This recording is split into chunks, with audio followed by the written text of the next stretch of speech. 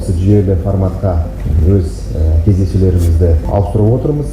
Ауыл тұрғындарымен кездесіп, жаңа форматта сұрақ қойып, жауап беріп. На сегодняшний день очень острые проблемы фермеров касаемо дистоплива. Более 20 хозяйств не получили ни грамма дистоплива. Осенью Успенский район недополучил льготное дистопливо. На сегодня выделенный объем на апрель месяц полностью освоен. В настоящее время отрабатываем нашими операторами, чтобы с мая месяц передвинуть на апрель месяц. Қашан шешесіңдер?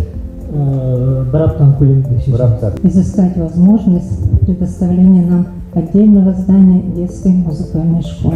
Мен Құрметжан Ербақ, осы мәдениет үйінің көркемдік жетекшісімін. Ішіне ешқандай жөндеу жұмыстар жүргізілмеген. 2016 жылы соңғы рет сыртқы жөндеу жұмыстар жасалынған. Будет ли проводиться реконструкция 24-квартирного дома вблизи больницы?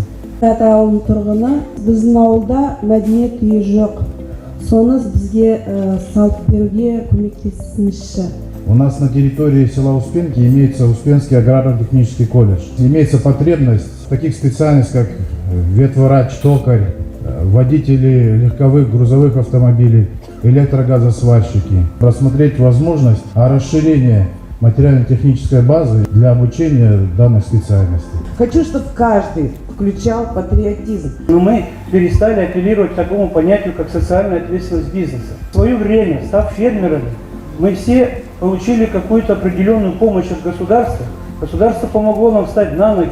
И мы должны сегодня тоже помогать решать те вопросы, которые стоят сегодня перед жителями наших сел. Мы должны работать над улучшением благосостояния наших жителей. Біздің мақсатымыз айқын, жоспарларымыз ортақ, бір тұтас қоғам болайық, бірге осы жұмыстың нәтижесін көрейік. Осы кері байланыстың арқасында, жаңа форматтың арқасында біз алдында қойылған мақсаттарды толығымен шеше аламыз деп мен сенімдемін. Сіздерге рахмет.